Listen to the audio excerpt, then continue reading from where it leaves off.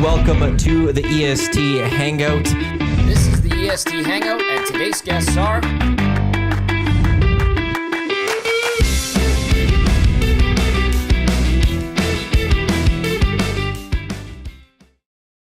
What's going on? A very good Tuesday morning to you. Welcome to the EST Hangout presented by Sentinel Storage right here on Edmonton Sports Talk, your clear choice for Edmonton sports. EST proudly presented by Play Alberta. As I also said, the Hangout presented by Sentinel Storage, Canada Storage experts. May savings in full bloom. It ends at the end of this month. 50% off 12 weeks in all units, 75% off 8 weeks on 5x5 units, or 4 weeks free on selected units. Tom Gazzola, Iwanyk with you here. Hernan Salas coming into the Hangouts. We don't have an Oiler game the night before or the day after or day, so we can bring Hernan into the Hangouts. So I'm very excited to have you back. And then back on the Hangouts, Don Ellis with us, Contemporary Office Interiors, COI.ca if you're looking for office furniture. I actually saw you one of your trucks. Like there's little like vans. Yeah, we just got some new logo in. Yeah, they didn't cut you off or anything. No, okay. No. I was like, I wonder if Don's in there actually. And I looked in and it wasn't you. I was like, oh, okay, well. Yeah, no, we're sprucing up the fleet. Nice. Some new trucks and. Can you spruce up this guy because he's having a tough go? He's got coffee. He's got a little spillage. Well, I can share some. I can share some sad coffee spilling stories. Well, I had one today. I had to take off my Play Alberta sweater because I spilled all over myself right before I came here. It's that long weekend haze, man. Yeah. Well, congrats on that Play Alberta too, guys. Thank you. Thank you. I love seeing this wagon being built here, and I'm really happy for you guys. It's great. Thanks, Don. It's been a fun little while here, and then the city of Edmonton. It's just the fun's beginning. What a time to be alive! We got the Western Conference Final coming up. Beautiful. Bring it on. Stingers are underway. They're 2 games into their season. The Elks preseason action gets going on Saturday. And Edmonton Riverhawks, their first game, when is it? That's coming up. It's like the 31st? Go Hawks. We should know. Aren't they going to be broadcast on our station? We will have them. I'm always the schedule always I get the collegiate sometimes. team has been playing for a few weeks already. Actually head down. Oh no, don't go gohawks.ca. I don't know why I did go. Oh, that's because I'm thinking Elks. Schedule, game calendar, June 3rd. There's so much sports in Edmonton, it's hard to keep up. Right? And then the weather's nice. Or, well, today it's a little... Well, we got to wear vests today. Weather's it's nice. 10 degrees. Well, we're not in the winter. It could snow today, actually. I wore a toque all day yesterday. It was unbelievable yesterday. Tom was golfing yesterday. Bless his How's soul. the round? How's the game? First of all, thank you to Mark back over at Cattail Crossing. Those guys are doing a great job over there. And new driver. First, I didn't even take it to the range either. Wow. It was okay. Like, I shot an 86, 43, 43, made some mistakes, put some balls in the water, but a good time was had. We all bundled up, and we braved the cold, and then we just enjoyed a libation or two afterwards. They have Peroni on tap in that clubhouse. On tap? On tap. I've never seen that. Yeah, on tap great before. Happy hour yesterday, too. So it was a good time. So shout out to Mark and everyone at Cattail. Great job. Great. The greens were in great shape. Had a good time outside the fact that it was like 7 degrees. Well, no bugs. No bugs. Yes, they're too cold to fly. So it's Don, we're looking at the positives here. No bugs. I'll take that. Yeah, I'll gladly take that. I don't know if we're setting up right now for a good bug season or a bad bug season with the way the weather's been. I don't know. I feel like this is good a little bit. I'll give one more shout out to Cattail because those that remember it as like Hunter's Green or Lakeshore before would be like, don't go out there. They've changed. They've done a great job sprucing it up on the course, and then obviously the clubhouse is awesome. So thank you guys. I need to get swung in the club. I haven't swung it once this year, even. You're on the warpath back. I know. The Oilers have kind of killed that. You were talking with Emily and was it Norm? From Yeah. Advanced Sports. I'm still. I just need to go and actually do it, but it's just so busy. There's too much going on, and it's just like, I just need to. And I don't like I love Victoria. I actually like playing Victoria. I don't like their driving range. Why? I don't like mats. Oh. And I like to tee my ball up, and I don't like those whatever those plastic tees that they give you. You're stuck. Like I need to tee. The ball needs to be teed to a certain height for me to make sure I'm swinging it properly. So I don't want to go to Victoria driving range. So where I live downtown, like driving ranges are too far to get to. Are you like a 5-swing warm-up guy before you tee off, or you just get up and hit it? Like practice swings? Like I'm just thinking of playing golf with you sometime, and if I gotta wait. He swears a lot. So no. I'll do like one. I'll get a practice swing in. Okay. I line up. I got to learn to be a little bit mentally better. Where sometimes I can, at approach of the ball, I can overthink it, and it might take me a little bit longer to swing and hit it. But no, I'm not like a guy that's gonna like swing 5 times. I want the perfect practice swing. Like I want one good practice swing. Like if the first one's not good, I'll do a second maybe. But then I get to the ball and it's firing away. Are you a 10-second in the bush rule? Like it's the college try. Okay. I'll take a look. If I don't see it like on first glance, okay, I'm just dropping. I give it a minute or two. Yeah, I won't go I as will far. kick your ball in the bush if I'm ahead too. Fair. Just Valid. tactics. I will do more looking for someone else's ball than my ball. Okay, that's fair. Like it's like I'll keep like if somebody's like I'm gonna drop, I'll be like, okay, I'm just gonna keep looking a little bit while you hit. Okay. Once they hit, I'll get out and be like, hey, let's move All on. right, there's So, hope there. Yeah. I'm decent to play with, I think, on the course. I'm actually very positive on the course for others. Have you played with them? He doesn't golf. I don't golf. Okay. Should we get you golfing? No, Why not? I don't like it. I don't like. There are a lot of things I don't like about golf. It's expensive. Doesn't have to be. I suck at it. We all do. And no, you guys are good. And I don't like that there's always a group behind you and you're like rushing or feel rushed or like it's not relaxing. That was my brother. He would, if he felt that there was too much pressure coming from the group behind, he would be like, I'm not teeing off on this hole. We were like, what are you doing? We're behind this group in front of us, and we're just keeping pace. Because there's always And that he's try hard group, right? That think they're Tiger Woods and they're just. You let them play like, through. well, sure, you just go. I don't know. I just honestly, I think I've tried golfing twice. We went to the Gimme Virtual Golf with Gager and ask Gager, man. I can't even hit the ball, man. Like it's terrible. You just gotta learn. You haven't played. Yeah, but where I am at life, I think that's. If I I'm invited good. you to one round this year, I wouldn't go. and I just like on me, I'll take care of everything. I'll buy you the drinks there. Let's just do one round and see if we can get you to enjoy it. Would you come? Sure. If there's beers. You're so defeated. Well, naturally, You there are guys will beers. be, because don't you guys get frustrated golfing with people that don't know how to golf? No, Not really. no. It's on. I We've think all been there. Yeah, good point. it's also on us to help teach you. It's like, okay, we've got to show you the rules. I'll get upset if you don't listen. Like if it's like if there's a group behind us and we're taking way too long, and I'm like, hey, you just hit the ball. You're like, no, I'm gonna look a little longer. Then I'm like, no. Like that's when I could get upset. Like there are some rules you have to follow. Yeah. And if you're gonna go against those rules, even though like it's like told multiple times, no, we got to move on.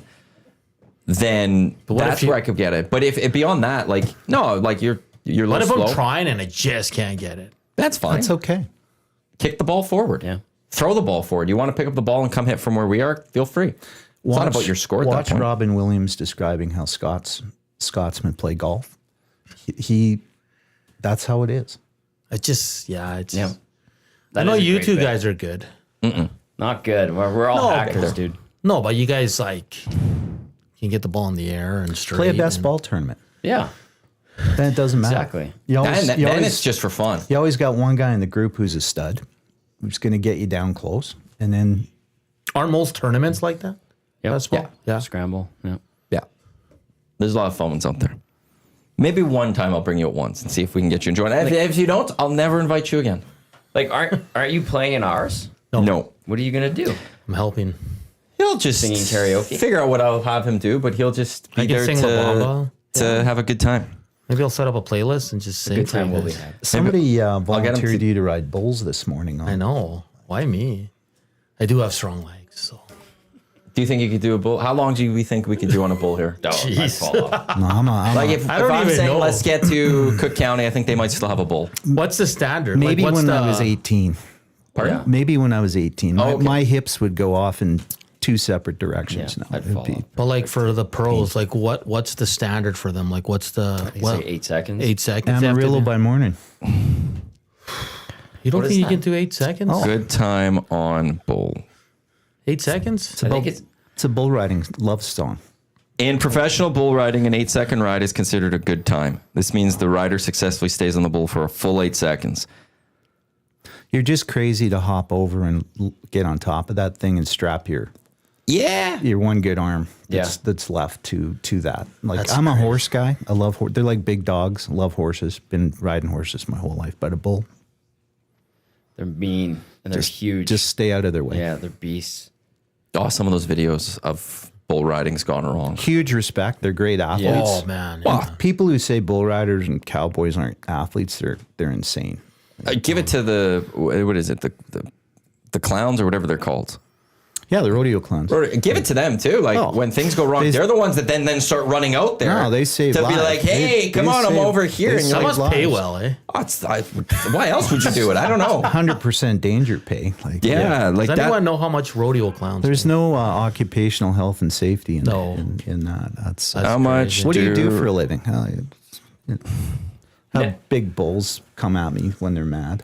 Pardon? Okay, so Chris Russell's dad was a quote unquote rodeo clown, but if you said rodeo clown, Chris, he would correct you and he'd say he is a bullfighter and a rodeo protection athlete. Chris would say bullfighter. Oh, really? Yeah. I respect that because Yeah. rodeo clown, This is the connotation. it just doesn't look as good. Yeah. Yeah, it sounds But bad. you're doing something pretty crazy. Yeah. The whole industry, they're all athletes and they're superb athletes. According to They're, Vault, they're bull riders are like goalies. They're just a little off, right? They're just crazy. according to Vault.com, rodeo clowns can earn well over $60,000 per year. Some top tier can exceed 100. And I'm assuming that's Okay, American. would any of you guys ever do the bull thing in Spain? What's it called? The running of the bulls? The running of the bulls. I cheer for the bulls. You cheer for the bull? I cheer for the bulls now because if you're that stupid, you go get gored. Yeah. That's just chaos. Everybody that's running like stupid. crazy. They still do that. I huh? cheer for the bulls. Yeah, I don't know why you'd wake up one day and be like, I'm going to go get chased by a bull in the streets of Spain. Cleon should do experience, some betting on that. Over under on deaths. Over under on who makes it through the first intersection. Yeah. Because people there's gotta die be from some. that, right? There can be. I don't know if they die I don't every know if time. they die, but they can get pretty badly hurt. Yeah. How often do people die in running Of the bulls. of the bulls? I'd like to see Stauffer in running at the Bulls. That would be something. Just give that man 2 Red Bulls strapped to his hands. 2 Red Bulls and Bobby Go. So, the running of the bulls in Pamplona, Spain, since record keeping began in 1910, there have only been 15 deaths. Well, that's nothing. While deaths are rare, injuries are common with hundreds yeah. of people participating. The average age of participants is 21.6. Sure. So, yeah. And dumb and stupid. liquid fueled Young and before you. stupid. I would assume lots of liquid fuel. Yeah, it's only not, not You many really want to deaths. be hammered doing that? Nope. I don't want to do that. Where I would be like, yes, is that maybe if you get hit by the bull, you'd be a little numb from the pain. Yeah, adrenaline. Yeah. The booze. And you wake up the next day.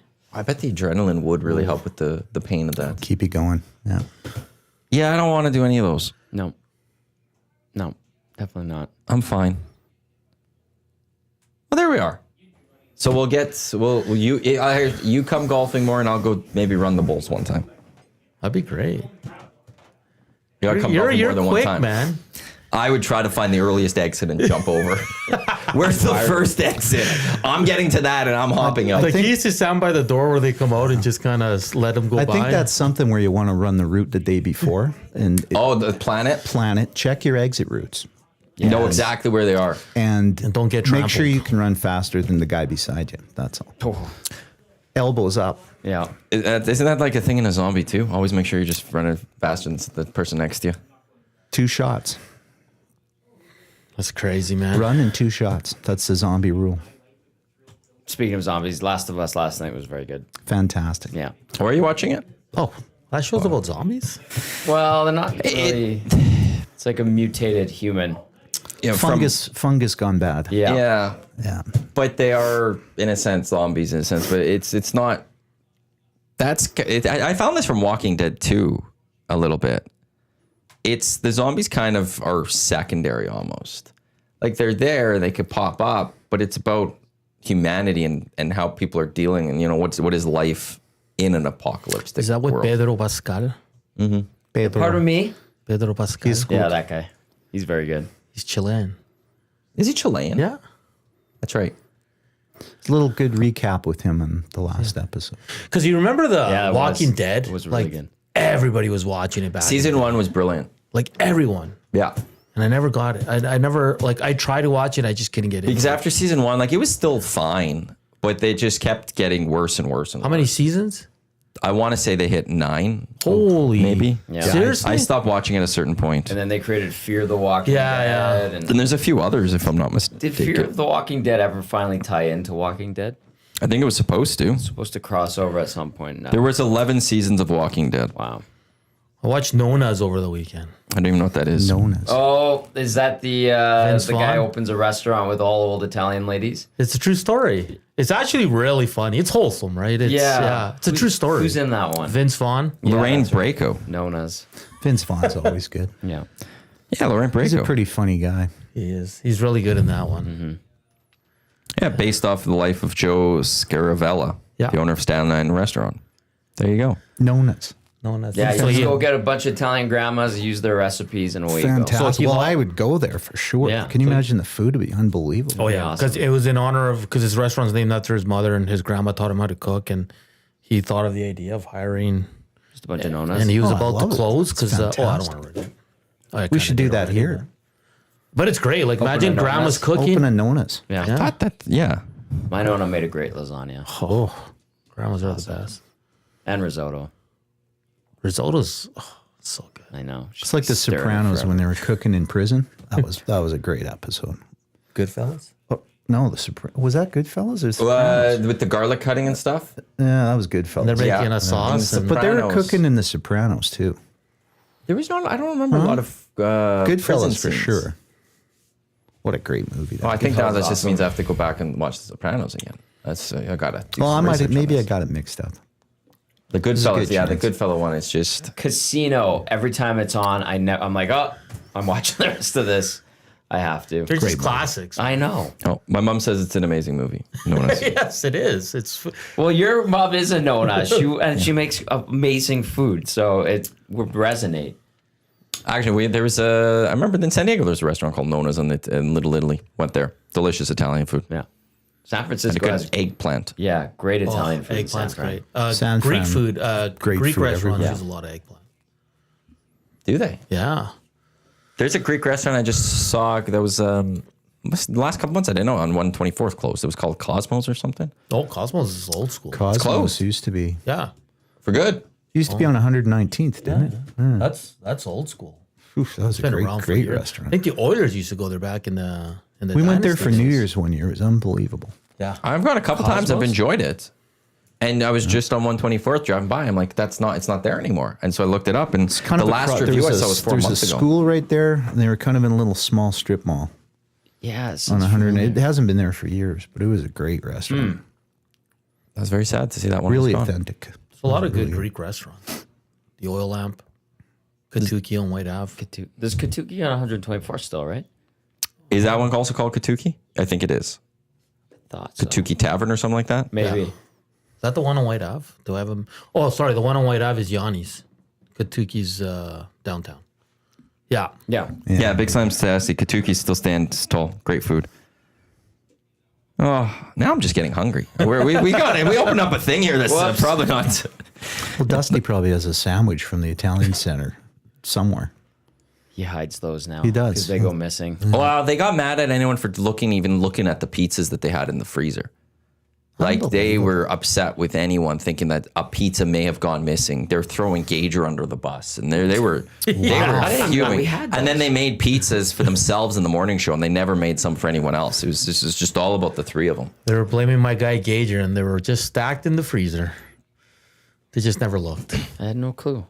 Yeah, and then they just always made them for themselves and never Never. Like Jay comes in and he makes food for the group. Yeah. Jay's Gager, great at the Jay and Gage are great at that. Man. Gager comes in, makes food for the group. Morning boys come, they make food for themselves. Never for anyone else. Never like, maybe we should put 2 pizzas in because other people are coming today. Yeah, it's very much focused on themselves. Dusty was a little more giving when you guys started. Now he's sort of selfish. Those selfish. 3 morning boys are really looking after themselves. They really are. Yeah. The 6 o'clockers. Yeah. It's like they're their own. It's like a little cult. Yeah. Yeah. I never thought of that. Yeah. It's the morning show, then the rest of EST. Yeah. Yeah. Yeah. They're not really there for could go make another one. I'm going to bring for you us. guys in some nice food next time. And they won't get to have any. We're not saying no to that. I'm going to cater. We'll just do it in here. Yeah. All right. Well, the donuts that almost took down Jay. Yeah. He first kept them in here because he wanted to first dibs on them to a degree. And I haven't seen Jay sweat like that since I've met him. Yeah. Reed saved his life. Yeah, Reed. It was beautiful. Yeah, Caster 1990. Wait, the morning show blamed Gager for the missing pizzas. They blamed the guy who fed them briskets. How lewd. Very lewd. Actually, Gager brought in brisket. Was that Friday? Well, Yeah. Grit. And he didn't like it. He's like, this isn't good. Gage said he delicious. made brisket lasagna on the weekend. Or a brisket meatloaf. Who did this? Gage. I missed he to say. took Is that what was he left said? over? Left over and mixed it with beef. That'd be unbelievable. Yeah. Oh. And then Bodie took it. Yeah. I love meatloaf. Well, I got Brisket a son that eats like a horse too, so I get that. Does he still play hockey? Is he still No, rack even? he's hung him up. Yeah. Yeah. He was a goalie. He was a goalie. You just took shots at goalies. Yeah. I didn't want him to be a goalie, but I didn't want to be like my dad. I played one game as a goalie, and my dad said, "Forget it. There's no way." So I didn't want to be that. So I said, "If you want to be a goalie, I'll support that with you." Then he had double hip surgery when he was 16. So No. Oh, jeez.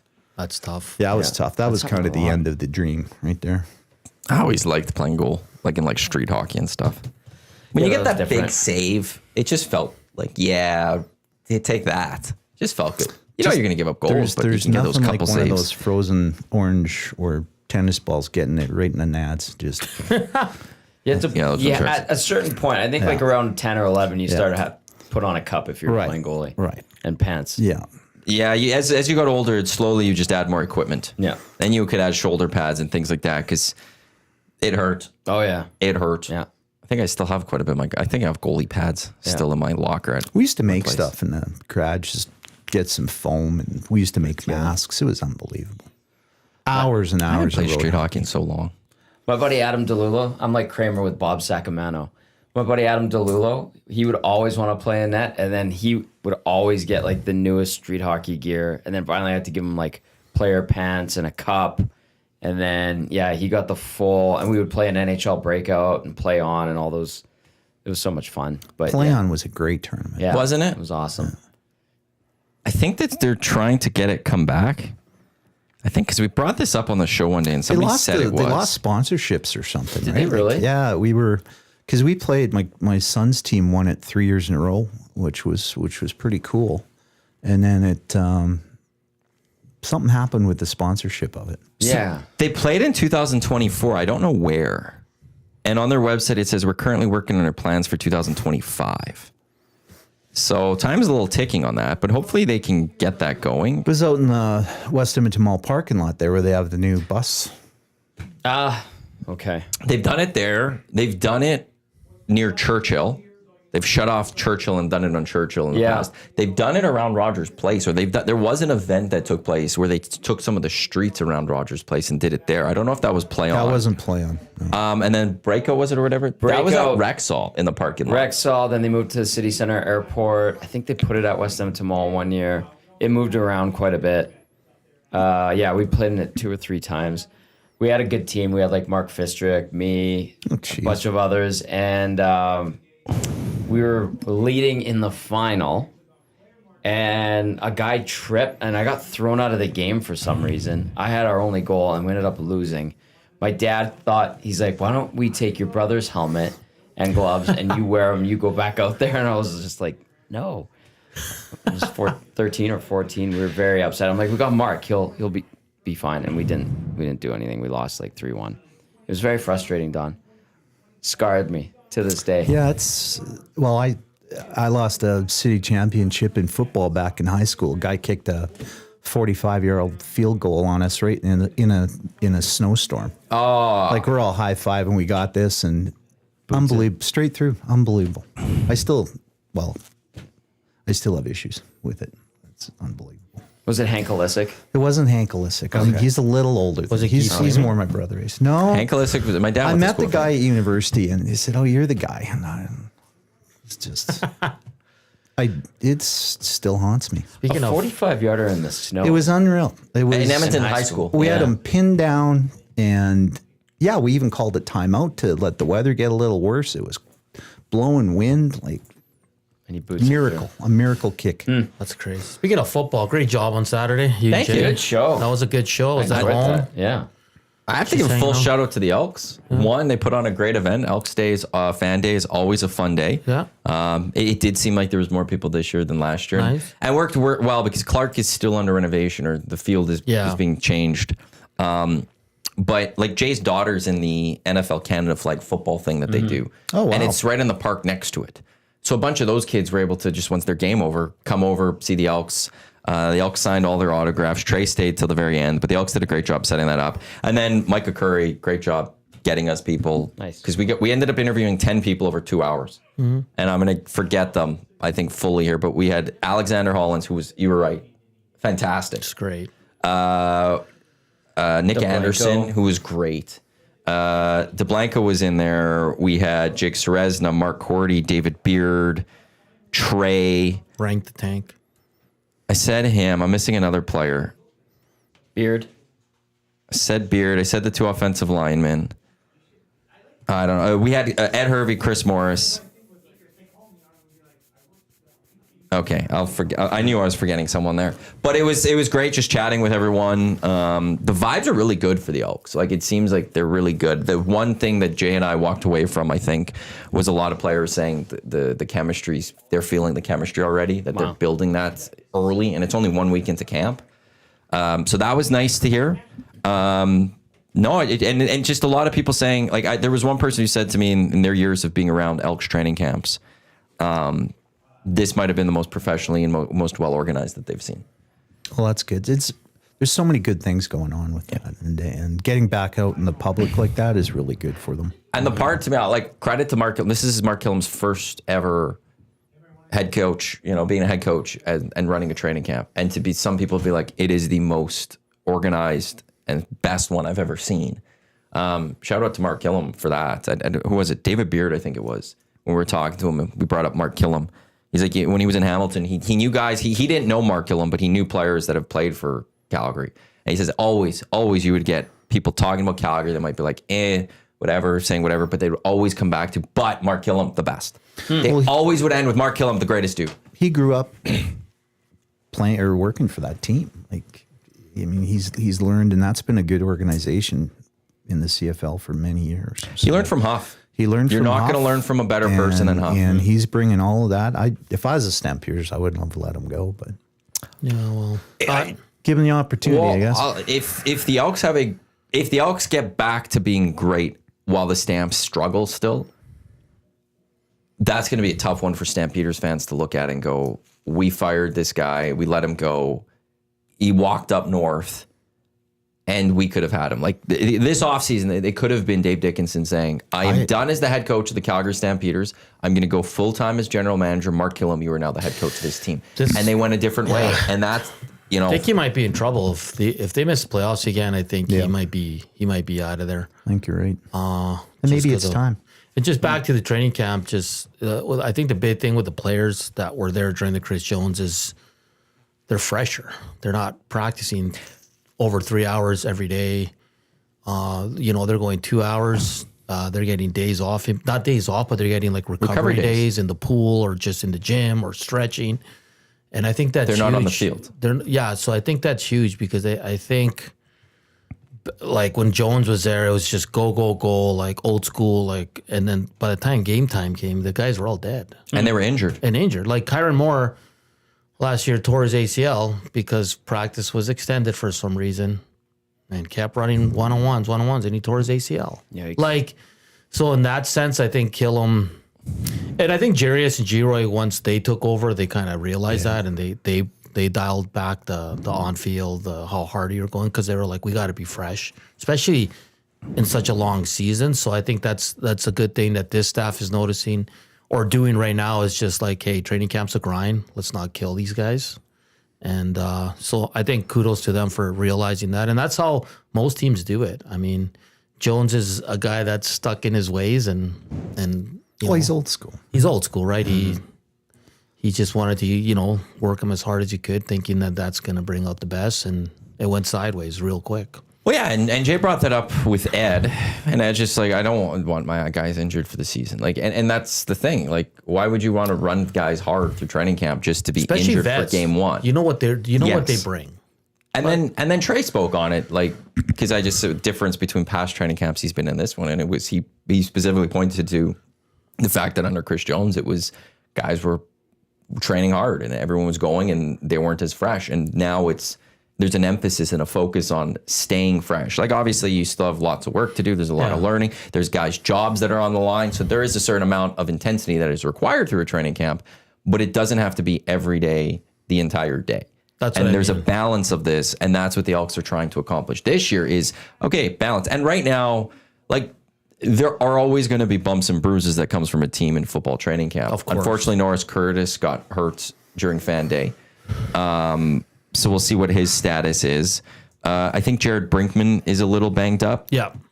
But we're not hearing done for the season. We're not hearing anything like, oh, there's this guy that went down today and these two guys came down today. There's a couple of injuries that have occurred. Those are going to happen. But for the most part, it actually seems from a football level rather clean so far. So that's what you want. Knock on drywall. Yeah. But yeah, and then June 7th will be the Elks' first regular season game. They're out in BC. With Snoop Dogg. The tickets are almost sold out. They've opened up, all the tickets are now available for that game. Pretty cool. The Elks' first preseason game is in. They're doing a good job. The Elks' first preseason game will go Saturday as they're in Calgary, 7:30. So we'll see Friday press a depth chart, right? Yeah, so Calgary, let's be honest, depth chart in preseason, don't read too much into it. But when I will rate who goes. Yeah. Who's going, right? Like, I wouldn't send Trey to Calgary. No, it's a road game, so it's gonna be outside of, they're gonna send the O-line because they want the quarterbacks to have the starting O-line for obvious reasons. It'll be mostly backups. They might send a few starters, but usually on the road in preseason, you send your starting O-line and that's it. And then at home, you play more of your starters. But by the sounds of it, I think I saw a tweet yesterday from Dave Campbell saying, looks like Fajardo will start in Calgary, but the other two guys are probably going to get most of the reps. Because the Elks did bring in a quarterback yesterday. Yeah. That's why. I think, so him and the other guy are going to play mostly in Calgary. Then here you'll probably get Fajardo, Trey, and then let the other guys finish it off. So it sucks for Calgary because they get that dreaded bye week in the preseason. Yeah, but the Elks have had that the last couple of years. It's terrible. Or like it's just because it drags on. 2 years ago, it drags on, man. Like, everybody's just done with it. Like, because you play your two games, then you still have a week left. Oh yeah, right. Where like it's better when you have the bye week, like the Elks did this time, right? So it's tough. Trust me. Yeah, there's always that one team that gets screwed. But yeah. to deal with this, we need the 10th team. Yeah, because then you don't have 3 weeks. It's two games each, or 5 games each week. Don, you got any business people in Quebec City ready to buy a CFL team, build a stadium? No. We want to bring the Expos back first, and then CFL. But no. But it's interesting because this year I think most of the spots on the Elks are kind of locked in. I mean, in previous years there's always a couple spots you're like, who's going to play here? Who's going to play there? Like, can you guys think of one position outside of the kicker? Yeah, kicker's the big one. That's up for grabs? I don't. Who's the third linebacker? That was the one I was going to go with. Cordell Jackson. Oh, right. Who played half in safety last year. Okay. But there is Rugamba. Rugamba's, he's on the second team in the secondary. I know, but there's an option there, though, so that I'd be intrigued to see how that fully plays out through the 2 preseason games. And I'd like to see where everyone lines up in the secondary. Well, when I was there, when was I there? Friday. It was the same from day one, so I think it's not set in stone. Nothing is. But Mechie at safety, Lewis, Bynum one side, and then the other side's Tyrell Ford and Kobe Williams. Okay. Then your linebackers, Nick Anderson, Niles, and KJ. And then your They front, got some experience. your front four, Resna, Robbie Smith, Brinkman, and Barlow. With Noah Curtis. That's Noah pretty Curtis say that. good. Hopefully he gets. Noah Curtis is just. He was so good last year. and maybe the fifth. The rest of the offense is locked in to me. Well, Arkell Smith, who's taking the fifth receiver spot right now, but I think he's in a good competition with Zach Mathis. Zach Mathis made an unbelievable catch in one of the scrimmages. Like He's a thin dude. He's tall. He's tall, man. but he's pretty thin. Yeah, they put that was shared on. So I think that's the spot, and then But running backs locked in. Yeah. The receiving core, the top ones are locked in because it will be Hollins, Dunbar, Curly. Julian Grant. Yeah. Good luck Those will be your defending four. that with those running backs and Trey. And I'll throw this up there. Justin Rankin said that him and Javon Leake have been called Thunder and Lightning. Yeah. That's Which going to really be love. that's going to be so hard to defend against. So then we're probably looking at a lot of backup Saturday and there's guys fighting for it. And I'll be honest, I think the kicking one is it's intriguing. It's Blanchard against what's his name? I saw his name a few times because after Saturday, I don't think it's as much of a one because the other guy missed like 5 field goals. But I heard they both missed field goals. Blanchard missed some, but I don't feel like it was as many as. That's what's his name? Yeah, it's gonna bother me. Because Cody Grace is the punter from Calgary. Yeah, Yeah. it is Jake Julian signed Campbell Fair, Tampa. Tampa, that's right. Campbell Fair. Campbell Fair, yeah. He struggled a bit there, so that's going to be a position where I would default then to a degree the incumbent in a sense, which Blanchard really isn't the incumbent, but he did kick in that last game of the season last year, so I would default to him right now. And a punt returner. Because I don't know if I know Leake's returning some now, like he's back there, but I don't think you want Leake returning punts when he's your starting running back. I'm fine with it because I don't think he's actually your starting running back as much. Well, it's they're going to use both guys Justin a lot, Rankin but is the guy. But is Rankin? But okay, here's how I would run it: is Leake K takes the return. Yeah, He can then go get a breather on the sideline for a couple plays. Rankin can come out. If you get a first down, Leake could come back out there, and boom, you're off and running. yeah, it's a good. And even the way Rankin was talking about, Jay will have to correct me. I know Jay's in the nasty chat. Oh, he texted me too. I'll read this other text too. But Jay, you could correct me if I'm wrong on this, but I think Rankin talked about Leake being back on returns too. Yeah, So I think the plan is like he would return and then it works out because Rankin can start on offense and Leake could jump in after. Jay Milne said, no joke, I had a dream last night that Justin Rankin was the MOP of the CFL. It's a weird dream, but cool. to each their own. He's a fun. Okay, Justin Rankin. I asked. It's your dream. I asked Justin Rankin, who do you emulate yourself as a running back? And he says, I don't watch football. And we're like, what? He's like, outside of film, I don't like watching football. That's bizarre. He's watched buddies play in arena football, and he says, I get to halftime and I'm done watching. He doesn't like football. Hey, speaking of arena, holy crap, arena football. Yeah. Dean Faithful I saw signed there. That sounds about right. Yeah. He can make those kicks. Wow, no chill from Iwanyk. He was good. vicious. He was fine. He's fine. Tell me how you really feel, He's bro. fine inside 40. It was outside 40. That was a I'm concern. fine inside 40. You need that. I think I can Don kick can a nail 30. That's right. I think I could hit a 32, and I want to go try it. I tried What it. was the Rob Gronkowski thing that he had to try to go do for the Super Bowl Kick of halftime show? Destiny? Yeah, was that 25? Something like that. I was like, I think I could go do that. Brady pumped his balls for that one. It's little soft. Yeah. I can't wait, man, for that first game. It's gonna be awesome. Yeah, it was great being back at Trey versus around Rourke. that. Well, if you want to sell that first game in BC, McSimic against his old team. Come on, let's go. well, it's Jason Tucker. two rookie head coaches. Yeah. You've got Mark Killam going up against Buck Pierce. What are they going to do as rookie head coaches? Amazing. It's two potential faces of the Canadian Football League. If Trey can be the guy, him and Nathan Rourke are the faces Trey of can the be the CFL. I love that confidence. And you start with them, two Canadians out there. And I'll say this right now. I'm not sold on the BC Lions. Neither am I. I don't like their defense. I don't like I their think offense. their offense could get going. They don't run the ball, man. They did bring in Butler. Well, this is what. Okay. I'll ask you guys this. So McSimic was BC Lions OC for a while, right? Yeah. Yeah. They had Butler and then they had Stanback. Yeah. Yeah. And every time they gave him the ball, they ran well. What I'm a little hesitant is McSimic goes go away away from from it. running the ball. You can't with this team. You can't not run the ball in the CFL. But he did that in You BC. can't. Yeah, that's Like one a of fair the point. good things about Jarius was like, and it was like you knew they were running on first down, Right. but like he stuck with it the whole time.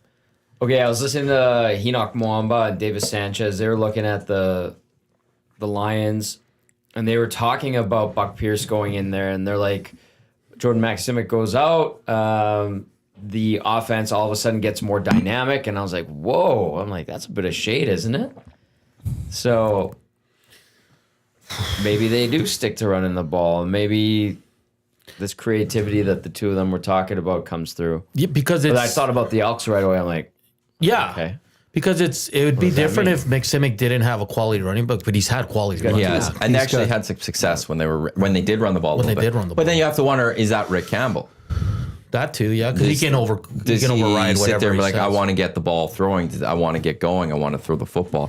But that is that is something we'll have to watch because like Jay will be upset if they're not running the football. I'll tell you that right now. Jay did say Rankin did talk about that. Rankin was almost shocked that they weren't using him as a returner last season. Almost relieved that he's back on special teams. He also says out of 10 kicks from 35, you'd make 3 or 4. I'll take that. From 35, I'll take that. I can make 3 from 35. I believe. I gotta go try this now. I don't We'll have to go know. film this one day. And the other thing, some people are upset on the Nats check because we're talking CFL, but Who's upset? What's the problem? because we're not talking Oilers. Don't worry. Oh, 7 hours. Vane Mretzky's upset. That's okay. We'll get to it. Don't worry. The other thing I want to 2-hour show. Okay, the other thing I like about this kind of coaching staff regime is I think Trey Ford is in a good spot. Yeah. And let's be honest, Trey Ford's going to have bad games. Yeah. But I think the positive with this team is when he has a bad game, let him play through it, and you come back with him the next game. Where the previous regime is that you had a bad game, you're out. It was that simple. But, right? And so how quickly are they going to take him out of a game even? No, but if it's going bad. Like, I don't know if they will right away. Okay, so say he starts off, plays 2 really good games, struggles 1, comes back, plays good. The only way I see Trey Ford not being the starter is 1, injury, and 2, he has 3 really bad games. Because I think that's the whole purpose of giving Trey Ford the reins of being the number 1 is he's going to, guys, Zach Calero struggles, Bo Levi Mitchell struggles, Nathan Rourke struggles. But you can't go away from him. You have to let him fight through it, let him learn, and then come right back with that's why I'm saying he's got to be bad in 3-4 games for them to make the move to Fajardo. They've built up everything around him that he needed. Yeah. They got a better O-line. The 2 running backs are, I mean, that's a triple threat right there going in. You have 3 different guys that You can run got the football 3 different for this guys team. that can run the ball. His receiving core is solid. Hey, but it's just all on him now. Like, he has Yeah. to now go make those plays. But he's, He ready, now has to he's lead them to ready now. victories. I think he's ready now. I would agree with you on Don, that. you know why I agree with you, but I think for him too is because he knows he's not going to get the pull. He knows he's not going to be yanked confidence. out. Yeah, you can't go in there Yeah. going, you know, if I throw one bad ball, I'm out. Exactly. You can't play. You can't be a quarterback and do that. And Trey can make all the throws, and that's what I think a lot of, like, we've heard Hervey, we've heard G-Roy say it, like, don't think so much about running. If it's there, take it. Right. But like, you know, like just don't think too much. Just let the instincts kind of take over what you're doing out there. And having Hervey back is huge for that team. You can't say enough about that. And now, like, if you make a switch, like the 3 quarterbacks that are going to be on the team, they're all the same style. Who's the third that you're thinking of? It's the guy that's already here. You don't think it's the guy that they're bringing in? No, because I think they like the guy that they brought in. sure, but the guy that they've had here at camp, Will McKelvian or Yeah, something. he's, Bootsky. Good seeing you, Bootsky, on Saturday. he's a dual threat. He had a nice touchdown. He had a couple nice plays on there. He's one of those. The one thing, I don't go to a lot of training camps, but when I do, it's one of those when you looking down and saying, "Oh, who's this guy?" and you recognize that you've seen the number multiple times, and you go, "Oh." And when I was looking at him, I was like, "Oh, he's a pretty solid player." The thing about Trey I like though, you know, is he talked about wanting to add some weight this year. I don't know if you noticed this, but at the kids sport day, he looked a little chunkier in the face. Yeah, Yeah. I noticed that. He trimmed down, like he's trimmer there. from that. And I know, like, There you go. Don's a big kid Some sport. kid sport love right there. Yeah. Shout out. but like you add that weight and then you sculpt it, if you will, or whatever. So he's bulked up. He added mass. He has to slide. He talked about that to a degree, like knowing that he's got to do that a little bit more. Yeah. So the fact that he recognized that is a good thing. And just like it was nice. I asked him 2 years ago. I said, or like last year, are you faster? And he's like, I am. This year, Jay followed that up and like, are you faster this year from last year? And he said, because of the mass, I can't say I'm faster. I don't think I gotten much slower. Pumped it up. But I've added some muscle, and that's the thing. He needed to add some weight because he is going to take hits. Yeah. Now he's got to do his best to avoid those hits as much as he can. But when he does take a hit, can he handle it? And adding that muscle hopefully will help him handle it. Because last year, like, he had so much momentum in that BC game. And then for not sliding, he took, like, it was right in front of me. I yelled at the TV. I said, "Get out of bounds!" Like a 290 guy landed on him like full force. Like Watch I'm some like, no video wonder of you're out Brady. for That's 3 all he weeks. did was slide. Yeah. And That's true. Just slide, man. Just don't. Who cares if you get if you're short a yard? Like, but don't risk getting hurt. But yeah, I remember when Cornelius got rocked by Muamba. Oh, That was like right in front of me. I was just like, Was that the spleen? that was a yeah, that was when he needed to step out of the bounds too. linebacker's job is to punish quarterback, and defensive end's got to be the greatest position in football because that's your only job. Go kill the quarterback. Yeah. And for the He Elks, did. And that's all they want to do. and just for the Elks offense, it's if things are rolling, it's going to be hard for defensive coordinators to plan against this team because you have to plan for two different running backs that are very different. You then got to plan for a quarterback who could run the football. So you got to plan for three different guys that can run the football. And then if Trey could also just get that passing completely down, he might be able to just drop one off to someone and throw one deep. How do you defend that? The play It'd be very action. difficult. The play action's going to man. be huge. But that's why you got to run the ball. Stick with it. You could go with like you could see some type of college style offense here too, though, where you're running with those options too, where Trey could make the Texas decision A&M. where he decides, am I going to give it to the running back or I'm going to take it? And if I take it, am I going to throw it or am I going to run with it? And all those options could just mess with it within Your defense. gap control is going to be really hard with these guys. Yeah. Like really hard. And I when free agency ended, like those first couple of days, the concern I had was, okay, but the receivers, that was the one thing I could have looked at and went, but then they go add Dunbar with Curly Gittins. And then the Alex Hollins one. Like, Hollins is a good receiver. He is. And he likes Bellinis. Bellinis. Yeah, from Cactus Club. I'm glad you know this. Okay. Well, when we had him on the show, I was did looking he him say that? up, and then Well, who he doesn't did like the an interview on Cactus the Club? field. I mean, Point. come Yes. He did an interview on the field last year, and he goes, I "Drinks didn't on even me know at they served Cactus food. Bellinis." So then I asked him about it. And he goes, "Oh, I love Bellinis. Let's go for one now." So He was so personable. yeah, he's great, man. He was wonderful. I wanted to just keep talking to him. He's great. He's Actually- great personality. Actually, that's the guy I need to get on the hangout when there's a bye week. you got to get Royce Metier. He is unreal. Nick Anderson was fantastic, Oh, too. Nick's great. Justin Rankin likes bowling. Really? Big bowler. What? He brought his 2 bowling balls up this year. Oh my God. Okay. He's trying to find the right bowling lane. You that he bring Alex Hollins and we serve him a Bellini. How about that? wants. Well, when's Cactus Club open? So we got to get him the Cactus Club one, or are we just going to serve our own Bellinis? I didn't even know. we got Cactus Trev. Club Trev served can make a food. Bellini. Trev, you know how to make Bellinis? Liquid lunch, hey, Don? Well, It's a good spot for it. that's a good spot to Good have a people cocktail. watching Yeah. at both Cactus Clubs. Nice cold craft Oh, beer. yeah, there's there. two. West Ed Yeah, and yeah, downtown. yeah. I'm so excited. Great people watching This is there. this is just making me even more excited for June 7th, 8th, 7th. Oh, I 7th. can't wait, man. It's so I got great. my CFL. Actually, I woke up this morning, and the first thing that happened when I woke up this morning, weirdly enough, was I know who I'm taking in the first round of my CFL fantasy. What pick draft. do you have? 4th. Can I guess? Go for it. Because I'm. Oh, 4th. you're not going to say it, though, right? I'll say it. Oh, okay. I know who the first 3 should be. Rourke, Ford, Yeah. and Oliveira. Yeah, those should be the first 3. I shouldn't get any of those 3. Okay. This morning it hit me who number 4 is. I get 4 or 5. I know exactly who I'm taking 4 or 5. And honestly, if that person goes in the 1, 2, 3, doesn't matter. I get one of those other 3 guys. I'm very comfortable. Is he an win-win. American? He is not. A Canadian? Yes. Oh. Tommy, help me out here. Canadian guy that would go top 4. In a CFL fantasy? Is it it's not a running back because there's no. Out of Montreal? I'd have to look. Yes. Oh, Philpott. Yes. Yeah. Oh, yeah. There we go. That's a good one. I was thinking who's. You would go receiver, eh? Because you can get a good quarterback. Quarterback, especially if Rourke I'd and love to Ford see Phil go. Pop. Two teams already have their main quarterbacks, so I could grab another one later. And there's still like That's a good one. I could go. Yeah. It's a very, very good pick. Keep that in your pocket. I get the QB. I get a wide receiver. I like filling up wide Dusty receiver will running steal. backs. Will McCord, He's not in my will league. McCord screw it up? McCord Rival has. Okay. Yeah. Okay. Well, the first pick, Bitter would he? rivals. He'll take Rourke if he's the Or first does Eric pick. have first pick? No, McCord has first pick. So he'll take Pretty Rourke. sure. He'll take Rourke. I wonder who.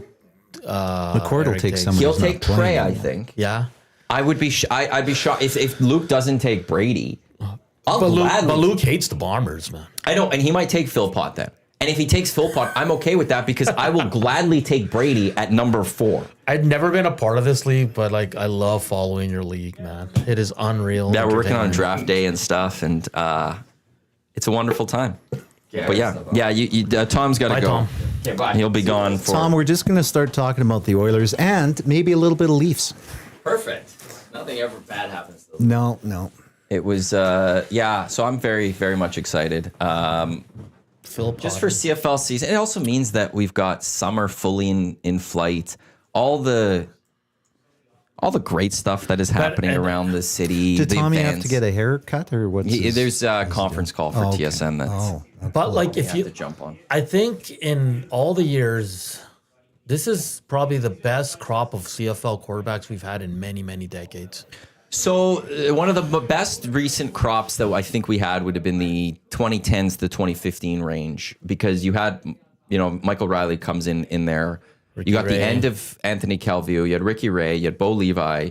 Collaros before he got hurt. Trevor Harris. You had a good stable. Right now, if all can go well, Nathan Rourke, if he gets back to being Nathan before he went to the NFL, would be the face of the CFL.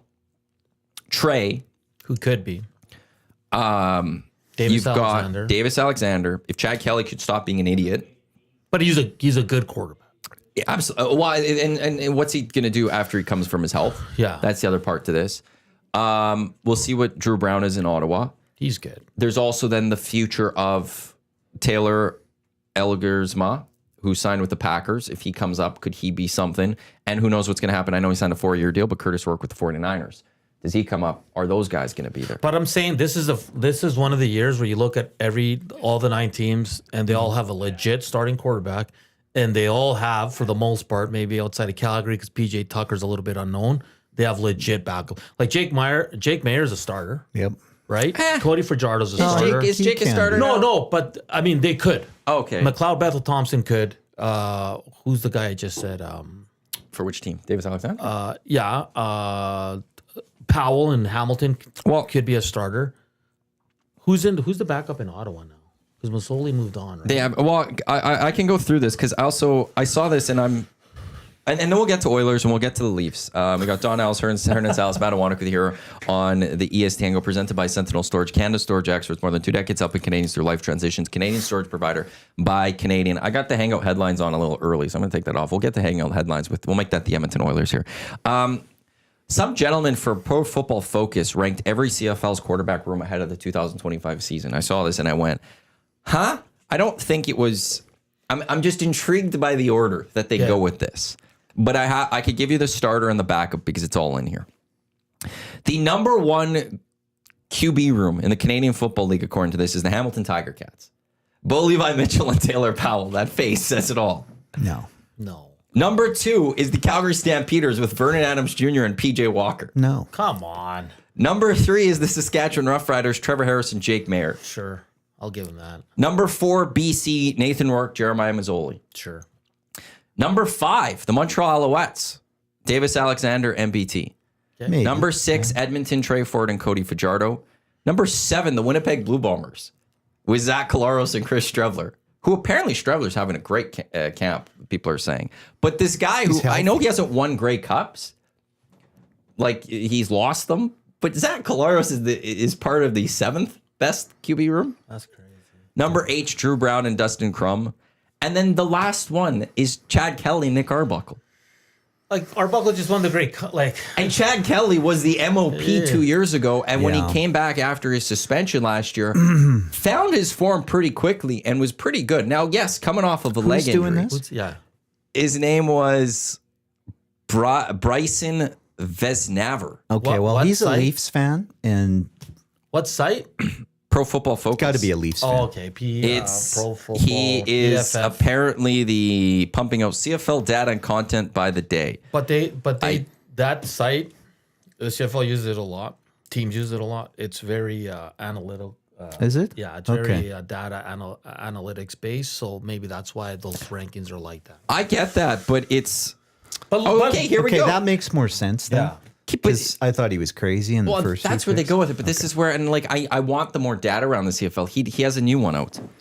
Preseason All CFL team, the top players entering the 2025 season. QB is Bo Levi Mitchell on the first team. Vernon Adams is the second team. I'll be right back. Let's go check some. That's Running back, I'll give Brady Kadeem. Sure. where's Kadeem? Back in Toronto. Then you got Justin McInnes, Kean Schaefer Baker as the top two receivers going into this season. Schaefer Baker. Even Justin McInnes tailed off last season. So that's on one side. Another receiver is Justin Hardy and Tevin Jones. Tevin Jones on this list. Kenny Lawler, Eugene Lewis, Reggie Begelton, Dalton Schoen. Oh, I see how they. Okay, there's a lot more here. Okay, I'll give him some of those. Like, it was just one of those lists that I'm like.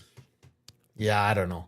But you named the Sean Oakman, who's now with Montreal, is listed as one of the top defensive interiors in the going into the season. He was good last year with Edmonton. He was. Is he the best in the CFL in his position? But you named the quarterbacks for each team, the top two. Like, that's what I'm telling you. This is probably the best crop we've seen in the CFL in a long, long time. Like, every backup could be a starter. Every backup. I'm concerned about Ottawa. I Well- still am concerned about whether Drew Brown can be it. And I don't know if Dustin Crum could jump in. I think Brown's legit. I had my questions last year. He proved me wrong. Crum's fallen off. Ottawa to me didn't beat anyone last year. Yeah, that's a good They point. beat a lot of the nobodies. And PJ Walker struggled yesterday. That's what it sounded like. So I don't know. It's yeah, it'll be fascinating to just see how this all fully plays out moving forward. it's I great, just can't man. wait for the CFL season to get going. There's nothing better than the CFL. Is it June nothing. yet? I know. Is it it's June getting yet? close, buddy. We're I only know. 11 days away or 10 days away from hitting June. And then, man, that's going to be crazy, bro. Well, just under 3 weeks until the Elks. I can't wait. Until the Elks begin. I'm even their looking season. forward to the exhibition game. I am too, because I think I'm going to go. You're going to Calgary? Oh, yeah, you're going to be in Calgary. No, not that. I'm the one in Edmonton too. Oh, okay. I'm going to watch the one on Saturday and then go to the one here. And yeah, it's going to be great, man. I can't wait. This is the EST Hangout live on Edmonton Sports Talk, your clear choice for Edmonton sports. EST proudly presented by Play Alberta. Drop my sheets there. Why settle for less when you can have it all? Only Play Alberta brings you casino games, live dealers, lottery instants, and sports betting all in one place. New players can choose their offer. Deposit 20 with promo code 100 Casino and get a $100 or $100 free bet with 100 Sports. Play smart, play local. Always use your game sense. PlayAlberta.ca or download their app for that. Let's actually now move on to those Edmonton Oilers, and this will be Hangout Headlines brought to you by the Ranch Golf and Country Club, offering premier conditions, top-notch service, unparalleled value. If you want to book your tee time today, visit theranchgolf.com to get on a beautiful track, one of the best in Edmonton, consistently rated as one of the top public courses in the country, theranchgolf.com. How you boys feeling about the Dallas Stars? This matchup, Oilers versus Stars. I'll share the same thing I shared once they beat Vegas. I don't think any team can beat the Oilers. I really don't. The way they're playing, it sounds like Ekholm's a lot closer to coming back. Skated with the main team yesterday. Yeah. That's good to see. I just don't. I'll be honest. I can't see any of the teams remaining, the three other teams beating the Oilers 4 times. I just can't. I think this is the Oilers here. I will not shift away from that. I think Dallas is a hell of a team, but I just think the Oilers are rolling. They're rested.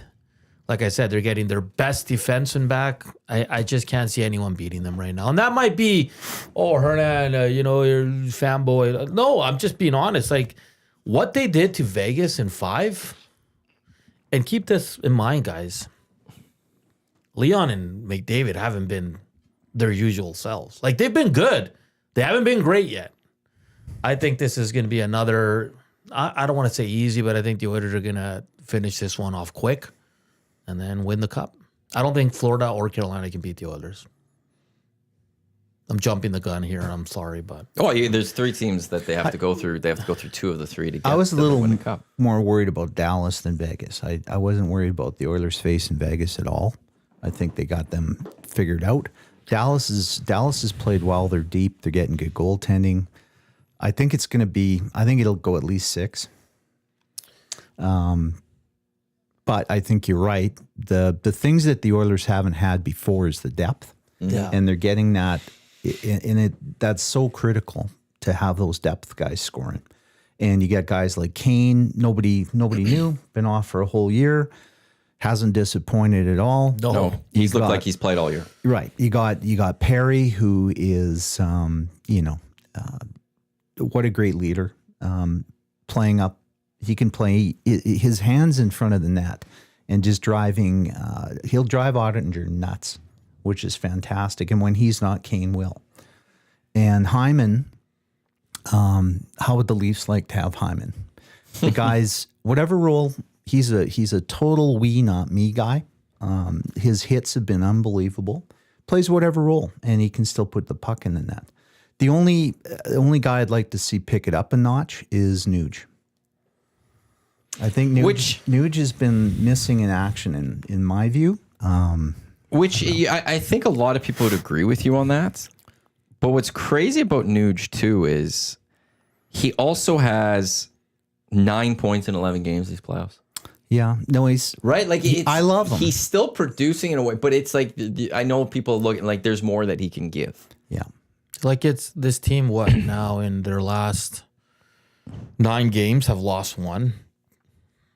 Like they have 2 goalies. Well, when Pickard returns, they have 2 goalies that are riding high. Special teams is turning around. PK's got to improve, sure.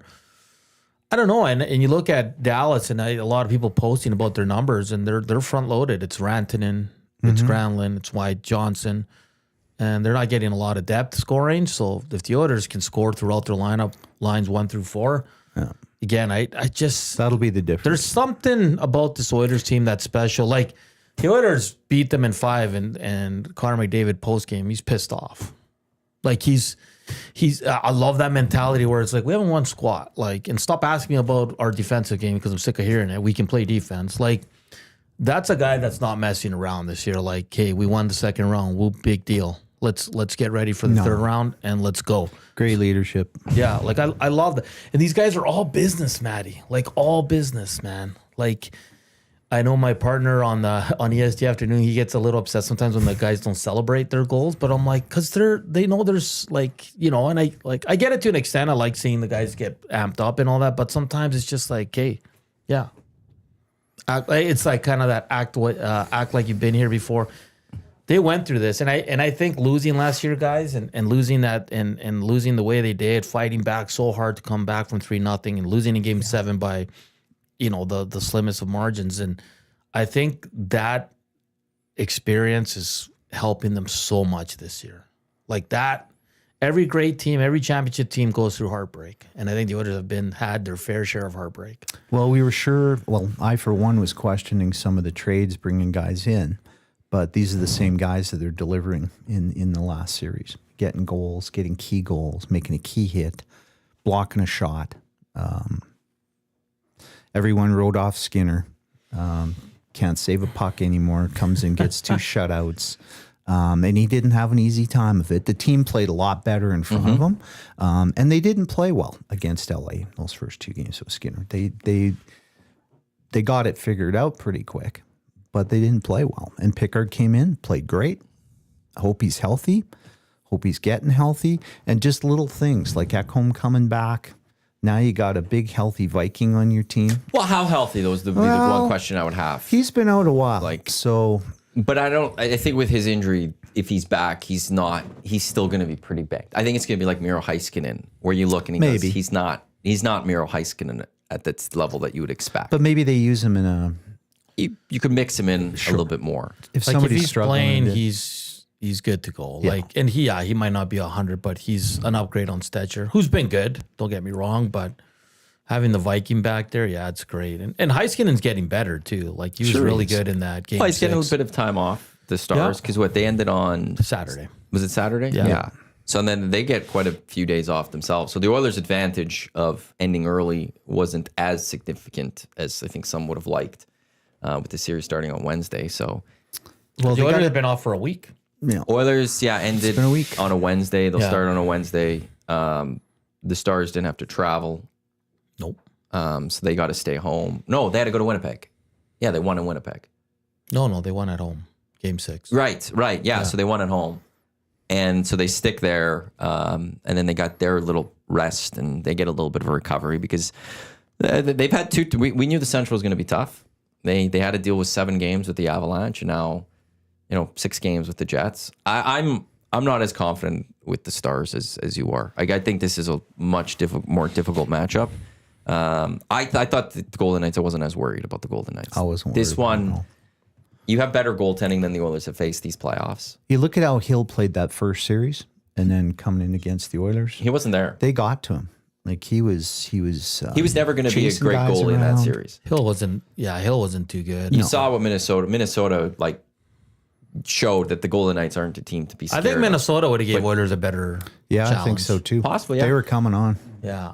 Dallas can be, Rantanen- adding Rantanen, Rantanen is he could take over a game himself. Yes. Like that's the thing.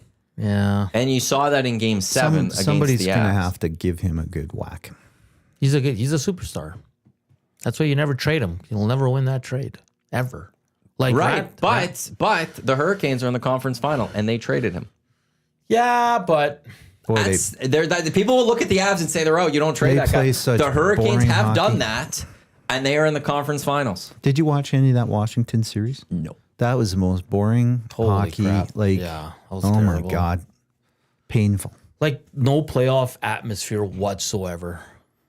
It's crazy. The top 2 teams are out, Winnipeg and Washington. I think And the top 8 teams are out. Yeah, and I remember telling Gager throughout the season, there's something about Winnipeg that I don't think, and I didn't think they'd get out of the first round. They did out by a miracle goal. And then Gager, I think, kept saying, he goes, yeah, like Washington could go all the way or they could be out early. Like it was one of those teams where like, are they really that good to be first in the East, I was with you on Winnipeg. Yeah. Going in for last, they are somewhat similar to like the Leafs and stuff. They're going to stub their toe. They're not going to get it done. You're going to have high hopes, and something's going to come across. I feel for them. I mean, And they dealt with a it's- lot of, like they lost Morrissey, Yeah. like for games here and there. But you have Velarde. 7 of the top 8 teams of the NHL regular season 7 are are out, out. by the way. Yeah. Wow. In terms of overall points. Kind of shows you get that little momentum at the end of the season. And if the Oilers go to the final, they get home ice. Yes. Yes, they do. That's crazy. Yeah. They're 2 Not an points up easy on travel with Carolina, whoever 3 on wins. Florida. Either way, if they win, they're getting one of the. It's like a revenge because Carolina from 2006 and Florida from last year, right? 2006 still bugs me. Oh yeah, It hurts. But that's the Stars my have soul. revenged themselves though for last year. Yeah, sure. In this one, and that I think adds a little bit to this one. They're well coached. It's going to be I think it's going to be a tougher series. Where than did I we thought. see what Pete DeBoer? How many conference finals he's been into recently? Was that Sinbin? Sinbin may have posted this. Like Pete DeBoer has made the Western Conference Finals 6 of the last 7 years. He's also been fired twice in that span. But he gets his teams to the conference finals. He gets his teams in. He's Mr. in the Game game. 7 too. Right. So is Cody Ceci. Oh. So the Oilers do not want to go to Game 7. It won't go 7. Come on, guys. You think? I don't know. This is one of those series. I think this is by far the toughest test the Oilers have or will face in these playoffs. And why? I don't like LA. I was concerned about LA, but I was too. It was how they were built. Their season was not about winning a Stanley Cup. It was about beating the Edmonton Oilers. And I thought with the injuries that the Oilers had, that was where my biggest concern came up. And they were actually healthier than I was anticipating. Why is everybody upset about the 1:00 game Sunday? I love it. Well, because I have to work it, but like you're home by supper, you're done by supper. I don't know. It's just their record on afternoon games or something. But Maybe that's kind of flipped. They've been really good. I will say this is actually a good thing that it's on 1 o'clock. Like if you go this past Sunday, 1:30 was Game 7 between the Thunder and the Nuggets. The United States likes putting big games in that time slot. Yeah. This means it's a big game. This means it was an importance. And the flip side is I don't know who's broadcasting that game. I think it's ABC, but like I'm It'll guessing be ABC. Yeah, They're ABC. right. But who's got this series? Is it all ESPN? Yeah, it's all ESPN. The flip side to this would be the game gets played after Sunday Night Baseball, so it's an 8:30 start on a Sunday. Yeah. You're not getting a 5 o'clock start on ESPN. That's true too. You're not, and so like Nobody's talking about that. That's true. So That'd if be it's an on 8:30, ABC, it's yeah. not going to be later on ABC. If you're going to, so it's an ABC game, it's going to be early. Otherwise, it's going to be done a little bit later because you're not going to beat out the NBA. The NBA gets priority on all those networks and stuff. And two, Sunday Night Baseball, we've seen in the past, I think it was last year or the year before that, there was an LA Kings Oilers first round game that was like 8:30 here or something like that. And people are like, well, why is this happening? Or like the game got pushed to ESPN2 to start because Sunday Night Baseball wasn't finished. And people are like, well, this is a bad look for the NHL. Well, that's what would have probably then happened here because the contract that ESPN has with Sunday Night Baseball is so ingrained. So I'm fine with this. Yeah, I guess that's a good point. And on TNT, 6 o'clock, Knicks Pacers. You want to go up against Knicks Pacers? Yeah, not a chance. 1 o'clock's perfect for me. Every weekend game the Oilers play the rest of the way should be early. Yeah, and it's the Oilers, like, it's playoffs. It shouldn't matter when they play. If they play at 2 in the morning, everyone should be amped up. It's This is a Sunday at hockey 1 city. o'clock. Like, come on. When so many people are complaining, I'm like, why would you complain about that? The only complaint I see that I think is valid is it's between games 2 and 3. So there is the travel for both teams. Yeah. And let's say hypothetically on Friday night, there is a little bit of an overtime. Let's even go 2 overtimes. It ends. That's a much quicker turnaround to get ready for Sunday than they would. But both and from teams that go through it. no, absolutely. But from like a player safety perspective, from that perspective, I could sit there and go on, come on, NHL, why are you doing that so quickly? That'd be the only one. But for marketing, Well, they're not flying coach, so no. Yeah, but from a marketing fly pretty perspective, comfortable. from putting it on, everyone complains that the NHL doesn't market their stars, that the NHL doesn't get on prime time, that they're not doing a good enough job in the U.S. to promote the game. This is how the U.S. likes it. And it's 3 o'clock Eastern, which it's for the big markets, right? So I don't mind it. When I saw that, I was like, yes. I like afternoon games. Yeah, I was like, perfect. okay. So Skinner will get the start, Yes. and Yes. who's Dallas's backup if Ottinger goes down? Casey DeSmith. I think you're right. Yep. The Oilers. The question is, who's the Oilers' backup to start Olivia. game I one? think Pickard will Ollie. be okay. Well, that's like Well, it's- Picker's not skating yet. So Yeah, so there's still a concern right now of whether Pickard's ready to go or not. Yeah. Oh, I see. And that would be a concern to me because if there's an injury or if Skinner has that bad game, you don't have Pickard to go to right now. Yeah. Because yesterday Pickard didn't skate, which is not a good sign. And then the team's traveling today. So they're not obviously. Today's travel, yeah. So it'll probably be Rodrigue for game 1 for sure. Yeah. So you're sticking with Skinner no matter Okay. what. Unless it's 6-0 in the first period. But that's high. But I think you're stuck with him then at that point too. I don't think you could throw Olivier Rodrigue in any outside of injury. I don't think there's any way you could throw but if Olivier it's a Rodrigue into the game. blowout- I don't think you throw him in there. you just put him in there and give Oh, maybe you have to. Maybe you have, but it's like Skinner the third off or something like that, right? I Like they guess. did with Joseph Wall in Toronto in game 5. They threw in their backup Matt Murray, right? Because it was 6. But Matt Murray's a vet. Sure, but I mean, Are you wanting a young guy who's never seen NHL? Like You never But I know. think you're forced to. You come in Yeah. and it's your chance to show and But it's not going to happen because the Oilers are rolling the series. exactly, absolutely. they're not going to come out like Toronto did in the first 10 minutes of that game 7. I'll tell you that, because that was maybe the worst hockey I've ever seen in my life. Like, it was men against the boys. Horrible.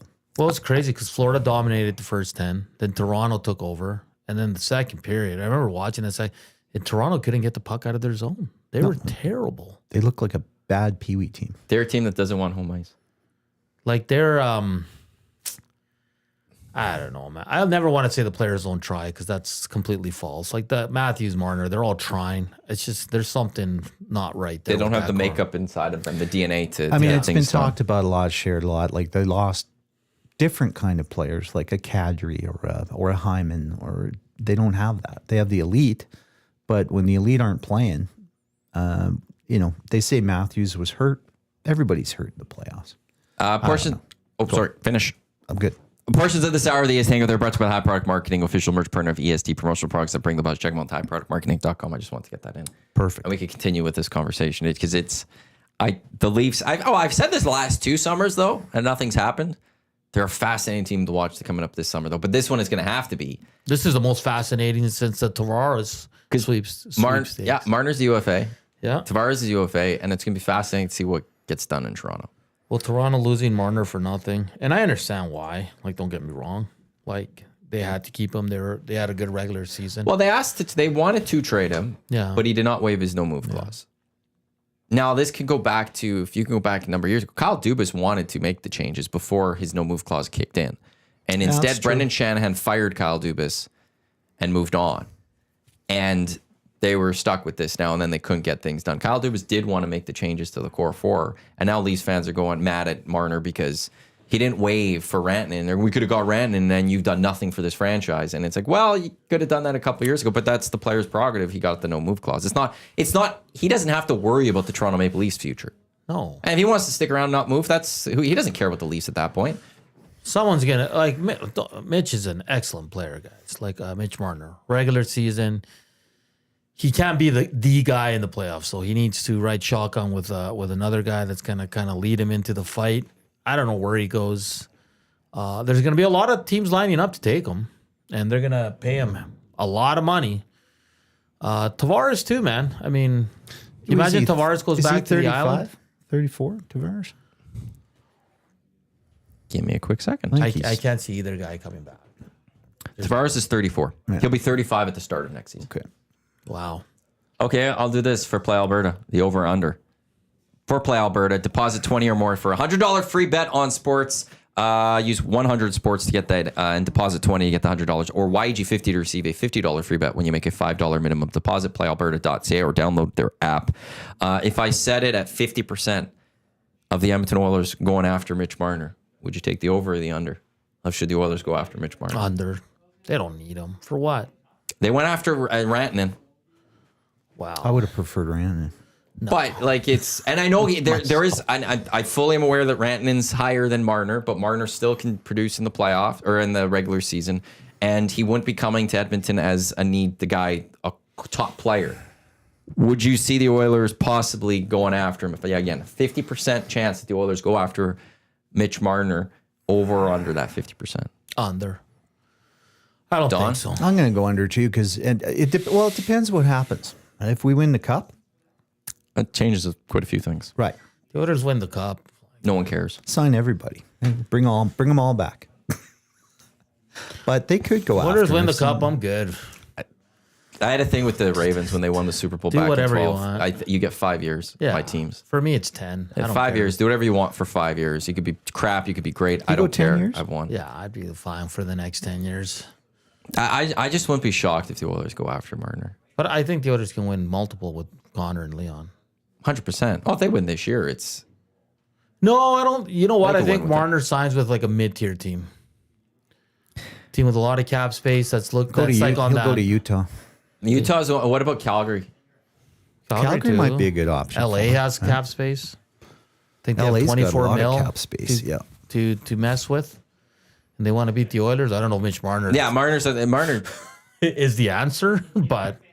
I look at Calgary as a team I can see Marner potentially going to, unless he wants away from the Canadian But market. we say Marner- That's the other thing about this, too. He might say, I'm done with the Canadian hockey market.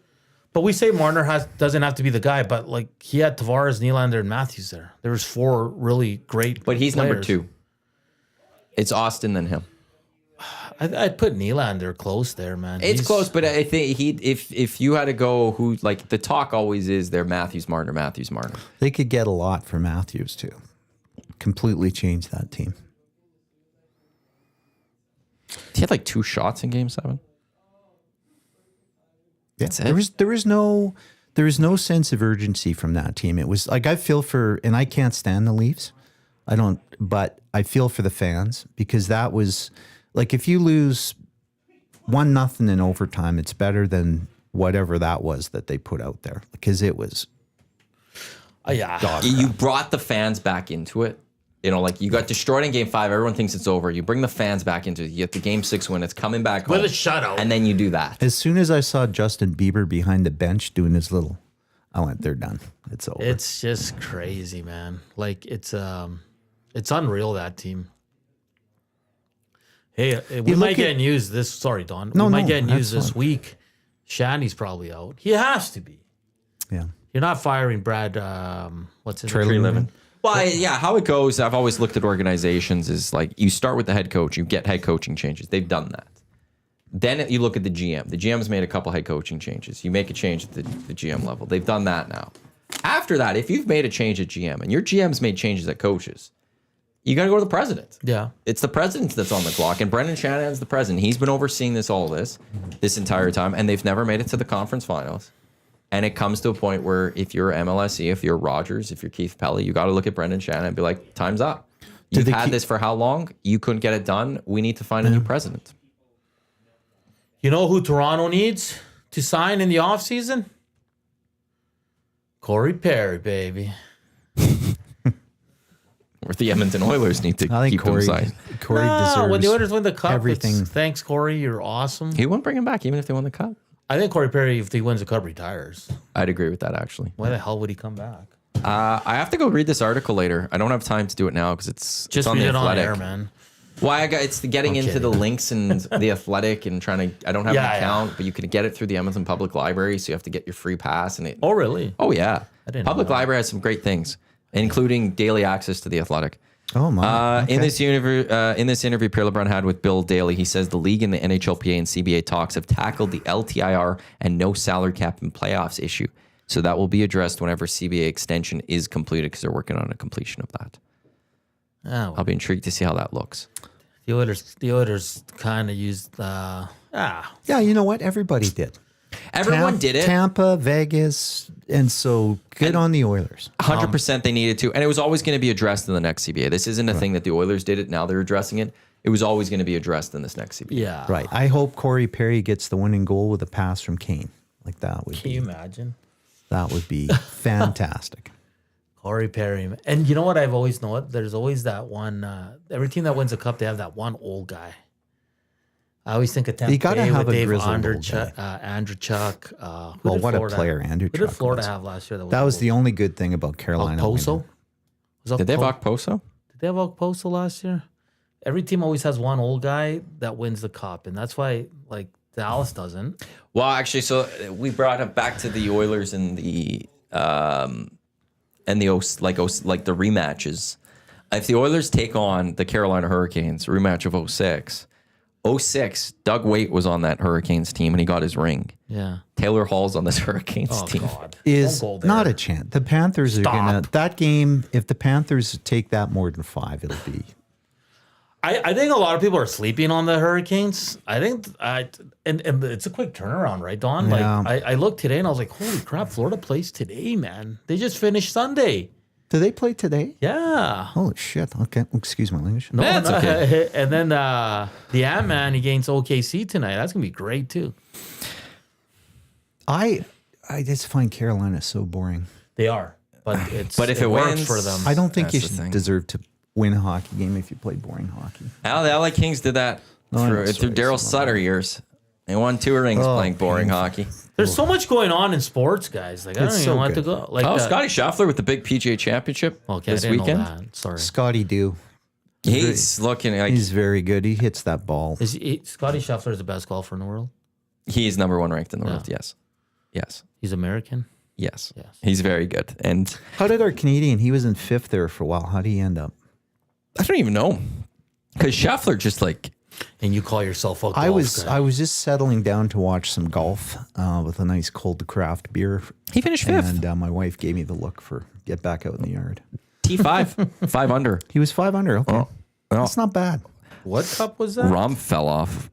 because he was up in the Rom at one point was right like Now, number the chat 2, was and then probably pretty happy we were on hockey. Now we're switching to golf. We're all over the gonna be place. really last 3 holes for Rom was bogey, double bogey, double bogey. So it dropped him. He lost money with that. But yeah, Scheffler won by 5 strokes. So he was just really solid. But yeah, I didn't know Pendrith finished T5 there. So there you go. What I didn't watch any F1 this weekend. It was okay. I mean, a great move by Verstappen off the hop, and then there's no looking back. And then the next race kind of sucks because it's Monaco. There's barely any passing. It's all qualifying. It's all qualifying. You watch qualifying. I'll tell you this, man. I've gotten into Indy. I've watched every race. It's pretty exciting. I'm an idiot. I started watching the NASCAR documentary full speed. It's kind of like You're now getting into NASCAR?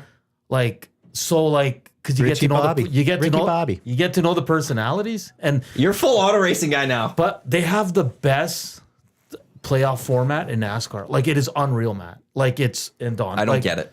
It is with 10 races left, the top 16 drivers in points go into a playoff, and then every 3 races, 4 guys are out. They should make. But they're them, still racing? Yeah, and everybody Everyone's races still racing. them. They But- should make them go right.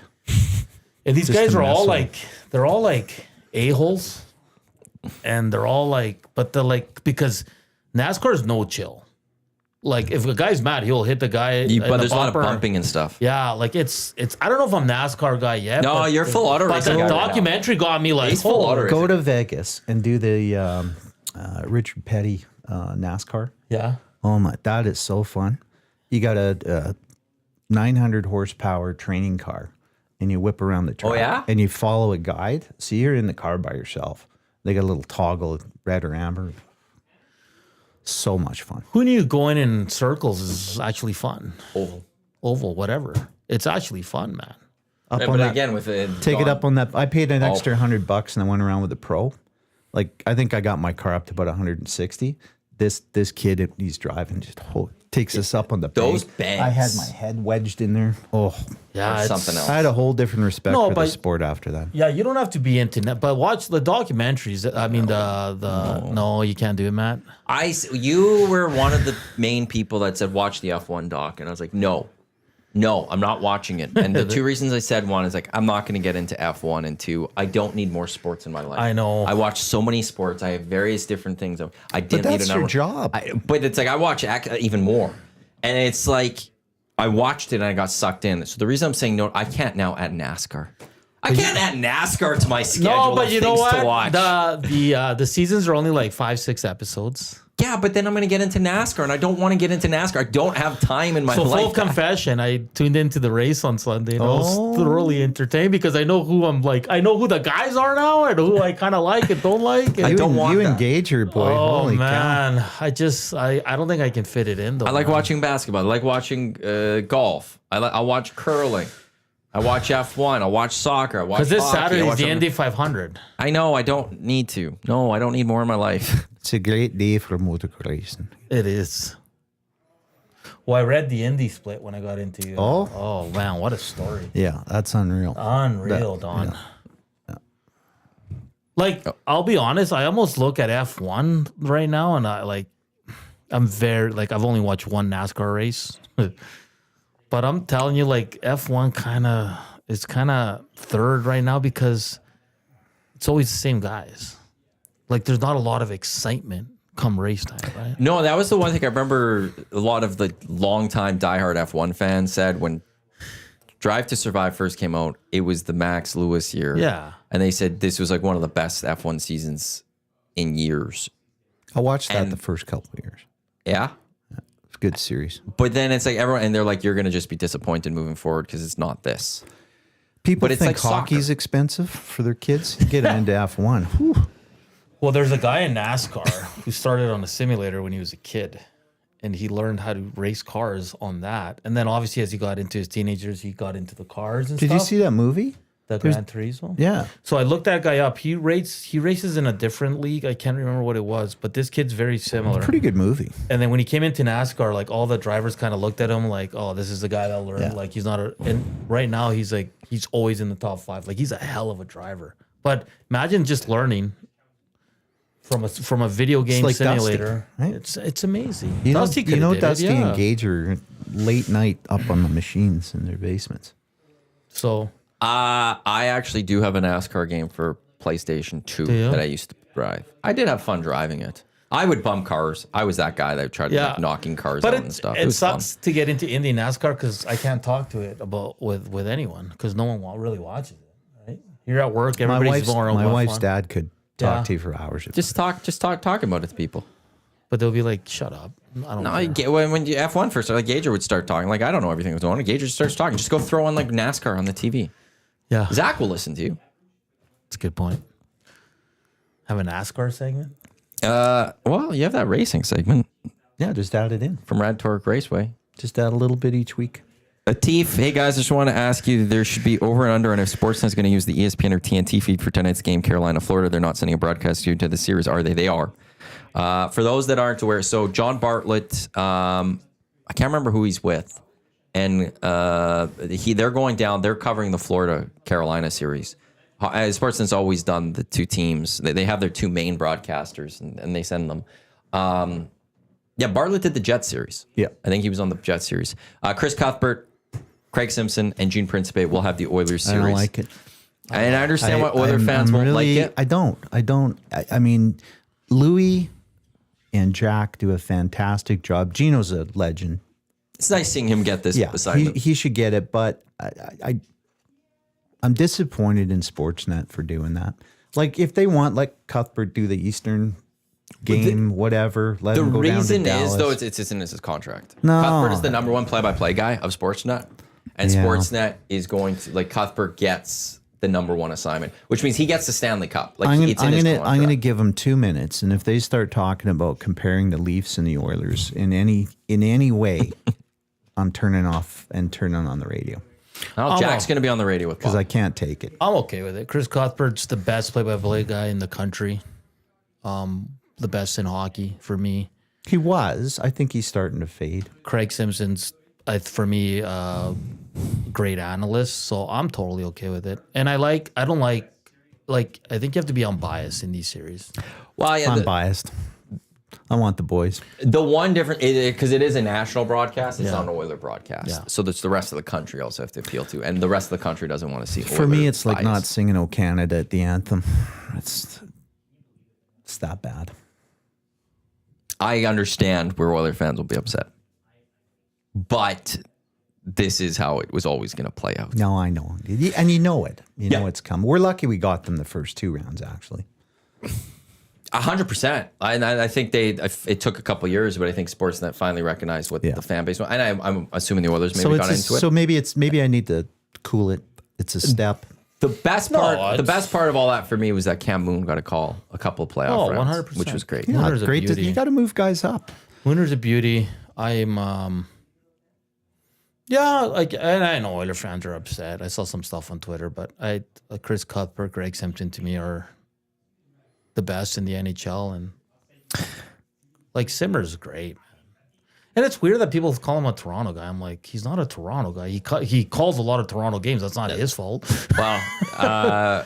Craig Simpson. It's coming. Just wait. He's gonna say, "Oh, some comparisons with the Oilers. It's coming." Played for the Oilers, did color analyst of the Oilers regional broadcast, and then went to be an assistant coach of the Edmonton Oilers. I get it. I love did a him. lot with the Edmonton Oilers. The man lost his back being cross-checked for us for years.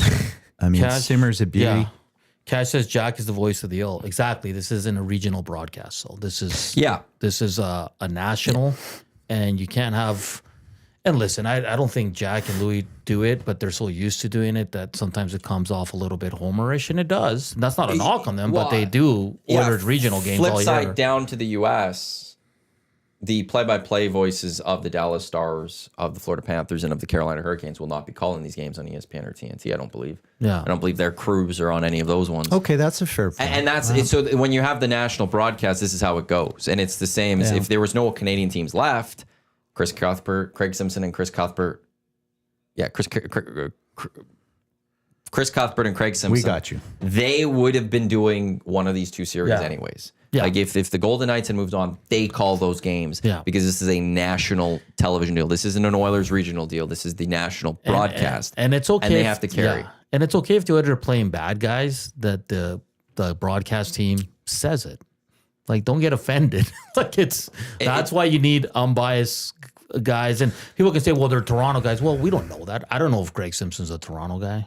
But and then like the NBA, OKC, Minnesota Timberwolves, Indiana Pacers, New York Knicks, their crews, they don't get their crews. TNT and ABC send their number one crews. Oh. That's how the business of these national contracts work. The NFL, now there's no TV broadcasters in the NFL. They're all national. But your radio guys not all of a sudden taking over the TV broadcast. Like exactly. These guys also have straight up in their contracts. Like one of the reasons Cuthbert went to Sportsnet from TSN is he wanted to call Stanley Cup Finals. He gets the Stanley Cup Finals. That's not going to change just because the Oilers are in the playoffs. Yeah, it's in his deal. It's in his deal. It's his contract. And so that's what he's going to get. I like him because he's been a... Yeah. And I will just also and then to Jack, he knows this. So it's not disrespectful to Jack because Jack knows as he goes into the playoffs that once there is one Canadian team left or once they get to the Stanley Cup Finals, it will go to Chris Cup. And I will say Jack, his knowledge base on what he'll bring about players from the other team. He talks about that with he does all his homework. He's always well researched for his games. So he's good. He's very exciting, and you still get Jack. It's just on the radio. Jack on the radio. You'll still get Jack. He's still calling these games. What's the trick to sync it to your TV? You have to pause your TV a little bit, I think. Yeah. There's something. Because you can't change the radio, obviously. Yeah. I did it for years sync it with Rod the TV. Phillips. Like Rod Phillips to me he's a legend. Love Rod Phillips. Hi, Rod. If you're watching, probably is. Well, he's a complete... without question. Huge Hango fan. He'll be golfing for sure. Oh, right. The official drink of the EST Hangout. It is the Finnish long drink legend in 1952. A drink unlike any other sparkling refreshment. Real liquor. Longdrink.com/Canada is where you can enter your postal code and find a liquor store establishment nearest you with the long drink in stock, which includes Rogers Place. If you're going to games 3 or 4 for the Edmonton Oilers, Long Drink does have the deal with OEG, so you can get it at Rogers Place for games. And 6 o'clock games, guys. I love it. Fantastic. Hernan is very happy right now. Well, we're finally through that. 6:20. Yeah, it's great. Yeah, but 6:20. But we can handle 6:20. 6:20, 6:30. I'll be home That's by going to feel great. 11. It's awesome. Yeah. Unless still there's late? overtimes. Yeah. And you do a great job on your show, by the way. Oh, thank you. Yeah. I appreciate that. No one said that yet to us. Yeah. So. Yeah. Well, that one's I've for you. been bouncing around a little bit, listening to different shows. It's all Joaquin. He's a beauty. Well, no, you're good too. So it's we have really good knowledge-based sports guys in this town, and we're very lucky. Thank you. That's my kumbaya. Yeah, I appreciate that. I'll give you your $20 later. There you for go. saying that. There you go. Nice round of golf. Oilers and Stars, they get going tomorrow, 6 o'clock. How we're going to do things here on Edmonton Sports Talk is the GCL Digital Oil Stream pregame show will start at 5 o'clock. But naturally, we will have things covered, especially like the Reed Wilkins show with Jay Milne. They will, you could almost go... It's like a pregame show. It's a pregame show, if you will. And basically from 6 until 6. I mean, you've got 12 hours of pretty much all Oiler coverage for you on game days. And then we'll have the GCL Diesel Oil Stream post-game shows. On weekends, it will be about 90 minutes beforehand. We'll get going. So on Sunday, it will be a... 11:30? No. Yes. Yeah. It's 1 o'clock, 11:30 start. So then during the week, it's only an hour pregame? Hour, but... Again, Yeah. we've got you covered for 12 hours, basically, or on the station. And you or Tom will be joining probably Reed or Jay. I've kind of told you guys. In that final half hour of the Reed Wilkins show. Well, Reed better pay, man. Better pay? We got to talk a little bit about post-game show after, too.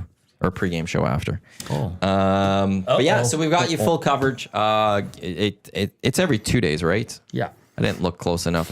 The Oilers have not, I think they might be the only, They're the only series that no break in between, man. They never got in the first 2 round. days. They never got in the second round. They're not getting in the conference final. It's every second day they're playing. They've had their break. They're ready to go. That's a good point. They've had a week off. But every other Slackers. it's just every other team, the series they've had every other team at least had one series where they played a game and then they got 2 off and played the next one. And the Oilers have not had that once throughout these playoffs, which I do find fascinating. Well, it's Gary Bettman. He doesn't want us to win. It's my shot. Although he should want the Oilers to go far because Charles Barkley will keep talking about the Oilers. How about Barkley? He's what a beauty. beauty. Just such a beauty. Chinks, you owe me a Coke. I haven't heard someone who pulled that out in I don't know how long. Nice.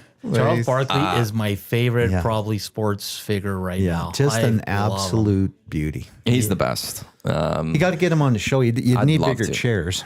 If But, I could get he might Charles not on the f- show he or might not Shaq on the fit in show, there. I would pay the money that is required if I could. I'll pay it out of my own pockets. Hernan Salas with the year. EST Afternoons coming up from 1 until 3 right here on Edmonton Sports Talk with Walking Gage later today. We got Don Ellis, Contemporary Office Interiors with you as well. COI.ca for more information if you're looking to get some new office furniture, spruce things up. Beautiful, beautiful stuff that they do over with Don. So COI.ca. I do want to get Matt Iwanyk with you as well. Clausen did text me. He says, you don't need to read this on air, just airing my disappointment with you.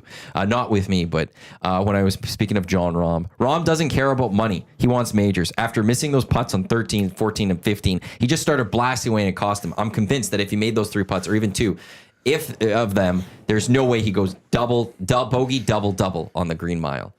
So he's not happy with John Rahm. But he didn't. That's the thing. Actually, the one thing I'll say, John Rahm... Drive for show, putt for dough.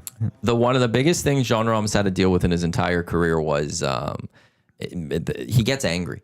He'll miss a putt, and you can see him visibly like get Hill. frustrated, and then he loses it. He's the Hill of golf. And when he won, he got that he was able to work on that, but that's always been one of his biggest issues. Is when the angry John Rahm comes out, it goes. Also, Clausen has a history with John Rahm, which is a fun one. So, they were at a wedding together. Randomly, he was at a wedding with John Rahm. Interesting. And he had a Now, have you ever done? You should do a rap with Clausen. No, I can't rap. I love rap music, but I can't rap worth a. Going into this series, Yeah.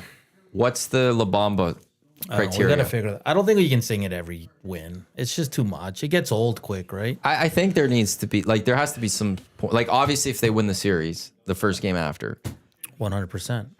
is this something you pull out? Like they get down 2-0 in the series, you pull this out to get the boys going. Is this something they go up 2-0? You sing like I think you need to come up with some sort of Yeah, we need a strategy. yeah.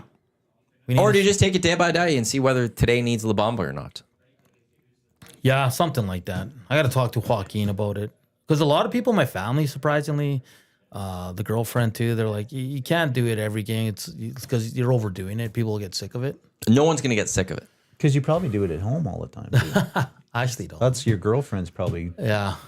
wakes up to it. So, I don't think anyone's gonna get disappointed or annoyed by it. I will say that. oh, yeah. But pick your spots. I think that's okay. That's exactly. You know what? it. I'm feeling like a La Bamba day, guys. And then let it rip. 8 more times if they win. That's too much. Not all of them. Yeah. Because like if they win on a Friday, like let's say they win game 2, lose game 3, Yeah. you're not going to do it after a loss for the Friday. So there's not necessarily a complete 8. Yeah. Yeah, that's a good point.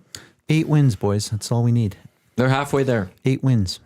Just That's also the crazy part is that they're only halfway there. Like there's still needs. Hardest. It doesn't hardest, seem like It's a May lot, but it 20th. is. It's May 20th. I know it's been a month, but it's like, geez, we still have another month to go. hardest if they're going cup to go to all the way. win in sports.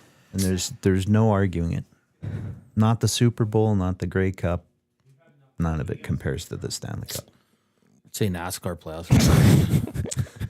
I still think they need to get the NASCAR guys, just mess it up, make them go right. Today, boys, you're driving right. That stuff is Just switch like, it up every so often. Mess them up. Stuff's hard, man. Every 4 races, you go right. Every 4 races, go right. Something like that. Why not? I think they have a few road court. I think they there's do. very few, but there are a couple. And they hate it because they're just like They're not used to it. they're not used to it, right? I've tried getting into Little Indy. I just don't know what it is about Indy that I also don't like the look of their cars. Like They're Indy, weird looking. Indy seems like what's the proper word? Like because F1's bougie as you know what, like Mm-hmm. bougie. So Indy's like it almost seems like I don't want to say low class because that's kind of insulting, but like It's the poor man's race it's almost. the poor man's It's F1. it's the beer taste versus the champagne taste. But- F1 champagne, Indy's beer. But the reason why Indy's is good is because there's more passing. Anyone can win the race. Well, because if I'm not mistaken, Indy, everyone has to have the same type of car. The specs are the exact same. And And F1 is build your car. Here's what in Indy you have to have I think you have to have soft tires on for at least 2 laps. So there's more. I think there's more strategy that goes into it because you got to time that When's correctly. Mercedes going to figure it out? Hopefully soon, man. That's my team. When's Ferrari going to figure it out? No, I think Mercedes they're right now. It's between them and I think Red Bull for the second best team. Yeah, but when's Ferrari going to figure Ferrari. this out? Well, they finished 4th and 6th this week, so they kind of figured it out. But Mercedes been pretty consistent this year. They haven't won a race. What's behind me is no matter. Antonelli, for 18 well. years old, man. Holy smokes, that kid is going to be a star. Jason, F1's for billionaires, Indy's for millionaires. That's fair. What's NASCAR? Because For the on that documentary, thousandaires. you should see these guys' house, That's man. ex-bull riders. They're mansions. Oh, those the racers. Well, they have how many ads on their jackets? Like, it is unbelievable how much money these dudes make, man. And Jordan's in it. He owns a team, 2311, with Danny Hamlin, who still races for another team, but he's the owner of one team. Can you believe that? I think Dale Earnhardt Jr. had that happen to him at one point. He's on that show. He's a little smug. I like Dale Earnhardt. I like Dale Earnhardt Jr. Yeah. He was when he left his late father's team. His father had already passed. I think stepmom or whatever was running the team, and there was an issue and he left. He had, I think it was Amp energy drinks. Really? Was on his car, and I bought Amp energy drinks just because it was a Dale Earnhardt thing. Really? Young me was just a sucker for that stuff. I could be. So you have a little NASCAR. There's been a little bit of I've in my life I have watched a peeling off little some Indy. layers I have here watched today. a little NASCAR. I just don't understand why NASCAR is like 600 laps. What about motorcycle racing, motocross? I've never got into that. Oh. I've never spent time watching. There's that some one. athletes, boy. Whew. I did do Monster Truck for a while. Or like Monster Jam. That's I like found them. That's like wrestling. I know, but I'd find them on. It was at the time Speed TV at the time or whatever it was. I'd find when they were like, oh, it's in Indy this weekend, and I'd watch it. Watch some motocross. Those guys are crazy.